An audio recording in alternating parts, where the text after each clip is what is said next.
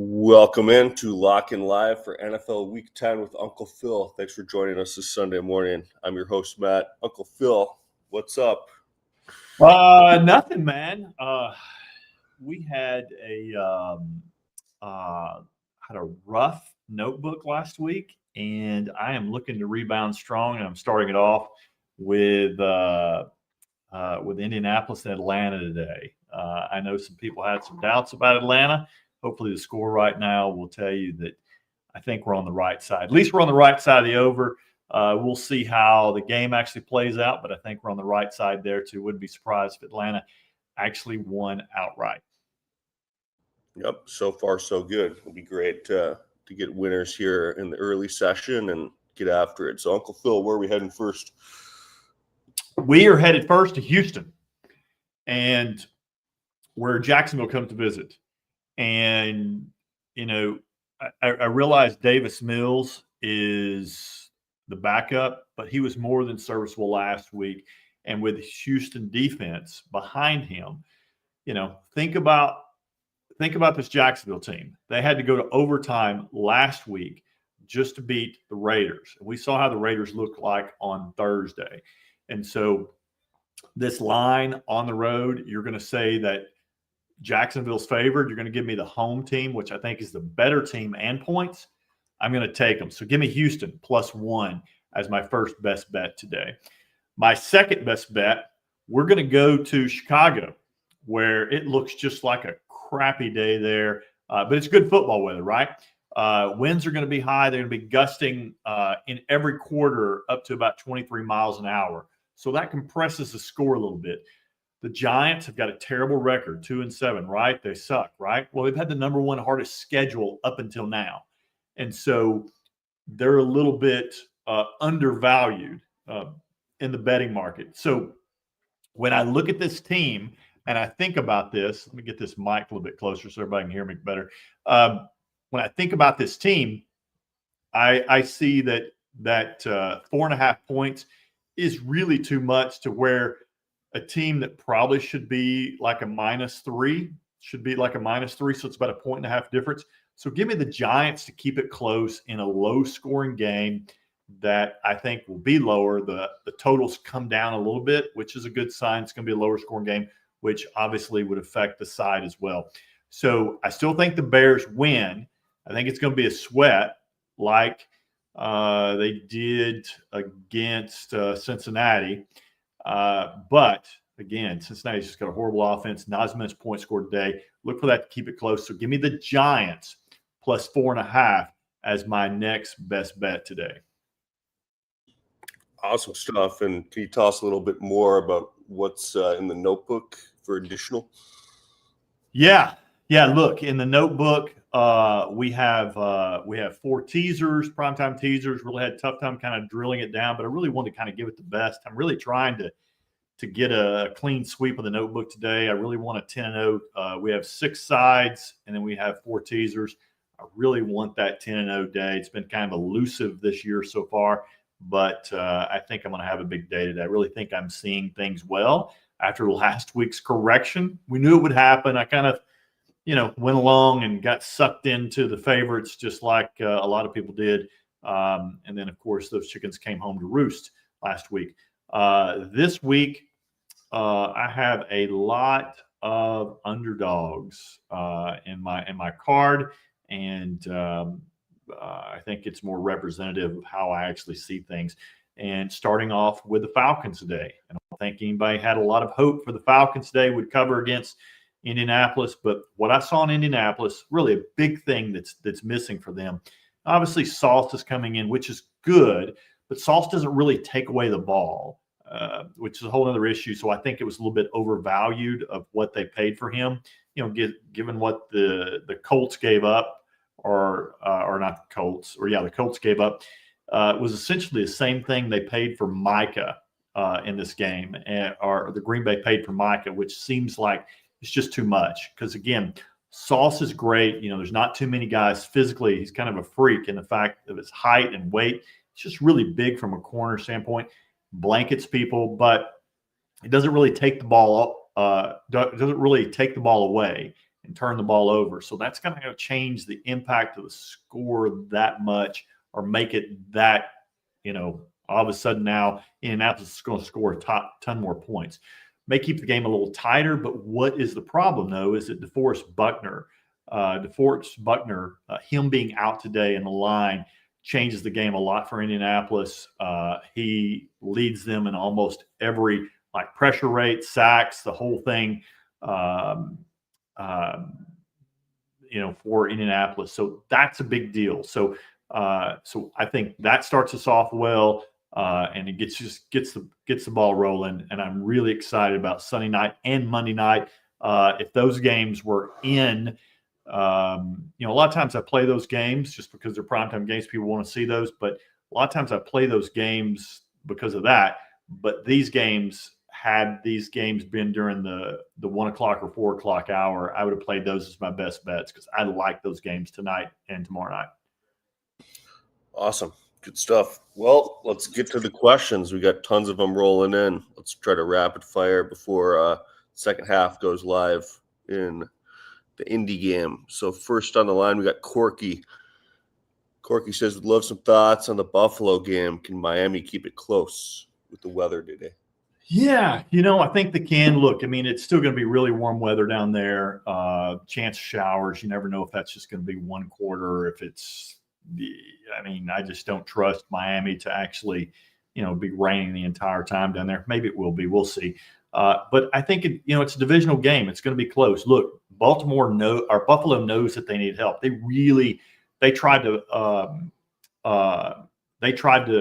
get Quinnen Williams. They tried to get Quinnen Williams. Dallas made a better deal. They also tried to get Jalen Waddle from the Dolphins. And the Dolphins wouldn't trade them. They couldn't come to terms. So Buffalo knows they need help. And so there's some deficiencies there. So look, Miami moved the ball. Don't get it twisted. Miami moved the ball against Baltimore last week and looked a lot better than that score indicated. Wouldn't surprise me at all if Miami kept this game close. It's a divisional game. That's a lot of points. It's not in my notebook, but if I played it, I'd played Miami. Just don't trust Miami. But, especially with Jalen Phillips gone, I like the total. I think there's going to be a lot of scoring in the game. If I played that game, I'd probably go over. But also, if I played the side, I'd definitely take Miami. I agree with you. All right. Hey, well, thanks for the question, Corky. Best of luck. Yep. Next, we got James on X. James says, morning, Unk, thoughts on Seattle at home today? Morning, James. Good to hear from you, buddy. Look, I like Seattle. Again, divisional game. 7 points is a lot.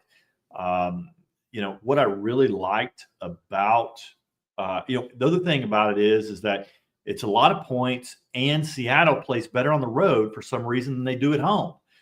So I don't get that. And so, Arizona seems to have new life. Those players they don't like Kyler Murray. I know that for a fact. They don't like him as a team. They like Jacoby Brissett. They're playing for him. He's more of a leader. Kyler sits at the bench, at the end of the bench by himself. He's not pumping everybody up. Jacoby Brissett's in there. They feel like they're fighting with somebody. So that's something. Nolan Smith, I don't know if you watched the game last week against Dallas. That cat came back. He's been on injury report, but he came back last week, his first game, and he showed out last night for that defensive line. So look for him to show out again today and to make some critical plays. I think this game's close. I think it probably goes under the total as well. I stayed away from it. Those are just leans. But, if I did play this one, I'd lean toward the dog just because of Seattle's lack of playing well at home for some inexplicable reason.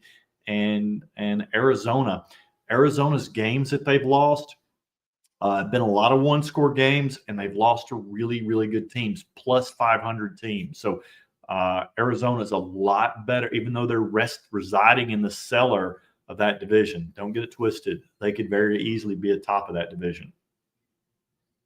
Most definitely. Thanks, James, for the question. Let's keep going. We got Grant on X. He says, thoughts on Bucs versus Patriots? Yeah, look, both teams have got great run defenses. I like this game. So if they're both run defenses, look for both quarterbacks to throw. I mean, Todd Bowles, I kind of gone back and forth. Initially, my gut was take Tampa Bay, and then kind of gone back and forth a little bit with it. Tampa Bay's got some injuries, but what I see in this game is I see more an advantage in the total in this game because these two teams are they're not going to be able to run against the other team. Bucky Irvin, I think, is out. I think that's confirmed that he's out today. So it kind of limits the run game. Also, Tampa is a good stop at run. But so Baker's going to sling it all day long. And Drake May is the number one quarterback in the NFL, QBR-wise, against the blitz. So, Todd Bowles is going to do some magic stuff and everything. And, but, again, I kind of lean toward Tampa, like I said. But if you look at their history, Todd Bowles is 1-5 after the bye. So he's not got a good record. So it's not like he's doing anything. A lot of these defensive coaches are not great after the bye, right? So they're not putting in some schematic things that's going to change their offense. They are who they are. So what I do think is that these teams will go up and down on this, and I look for the over to cover. If I played anything in that game, I'd play the over the total. I think it's going to be a good game. I think it's going to be back and forth. Sweet. All right, Grant, thanks for the question. Yep. Next up, Desiree. Good to see you, Desiree. She says, hey, Unc, Bill's over. Hey, Desiree, how are you, man? It's good to hear from you. I hadn't talked to you in a long time. I hope you're well. I like the over in that game. Like I said, I think that Jalen Phillips not going is going to limit the rush. I think the Dolphins are going to, unless they self-destruct, which the Dolphins do, I think they're going to help out. I think they're going to keep the game close. I like that game. I like the over in that play. All righty. Let's keep going. We got Andrew from Dallas. Andrew from Dallas. Did the Rams -5.5 get revenge? Interestingly enough, this game, the past 12 games, the underdog has covered in this game. So my lean initially was San Francisco in this game. But weird things happen. That line has gone up and pretty dramatically. So big money is coming in on the Rams. My lean is San Francisco.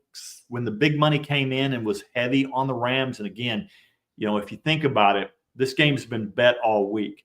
So for the line to change significantly, and I mean a point to a point and a half is what this line has changed from Saturday to Sunday with all the money that's already balanced things out. There must be some really, really huge money on the Rams, and they probably know something that I don't. And so you kind of see this as a natural revenge spot. The 49ers can't get any pressure. You think that that's probably going to happen. So you could certainly see this game going over. It's just a spot at home where the underdog covers. And I think that game is 6 now. So that means it'd be 9 on neutral field. The Rams would be favored by 12 at home. That's just too many points for me. I would lean toward the underdog. But again, the big money came in on Indianapolis today. I didn't get that. I still went with Atlanta.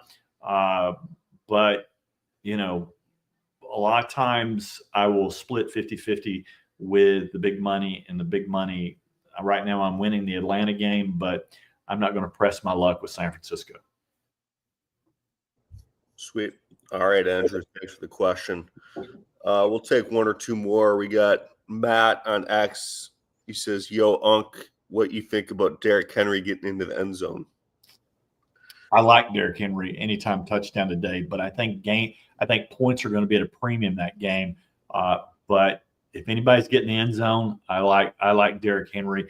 I think this game's a lot lower scoring than people think it's going to be. Okay. All right, Matt. Thanks for the question. We'll take one more from Andrew. Yep. He says, do you know how divisional rematches trend? Do overs or unders dominate in rematches?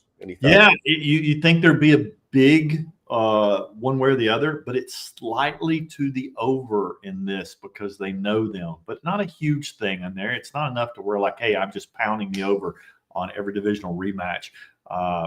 But there's certainly no secrets. I know you're kind of going back potentially to the Rams and the San Francisco game, but I would slightly lean to the over in that one, but not a heavy play. I still look at matchups. I'm still matchup specific on each game. I don't just blindly play something because it's a rematch. For sure. All right. Thanks again, Andrew. Uncle Phil, any final thoughts before we take off here? Yeah. Second halves. Yeah. Look, man, guys, it's week 10. After this week, we got 8 weeks left. Enjoy the ride. This is fun. This is, again, November's when meaningful games play. I mean, you're going to start teams. You're going to start seeing teams step up. We're after the trade deadline. Teams are who they are at this point. You're going to see teams, the real teams, start stepping up.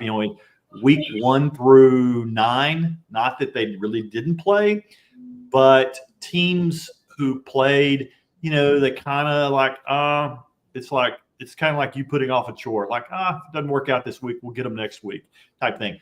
Now teams are really serious. You're going to start seeing the intensity really step up from here on out. Man, this is going to be fun. Today's going to be no doubt about that. I think you're going to see some super interesting games today. I think you're going to see a lot of surprises today, and I think maybe even starting with this first game. Anyway, guys, hey, thanks for tuning in. For Matt, who hosts and produces the show, I'm Uncle Phil. Guys, thanks for joining. Thanks for taking time out of your Sunday to join and hang out. And obviously, thanks for awesome questions as well. You guys, such a smart audience. I love the audience that we have, the community that we have. You guys are great. Thanks for being a part of it. Thanks for being the best part of it. Guys, thanks for being a part of this day. Guys, let's roll.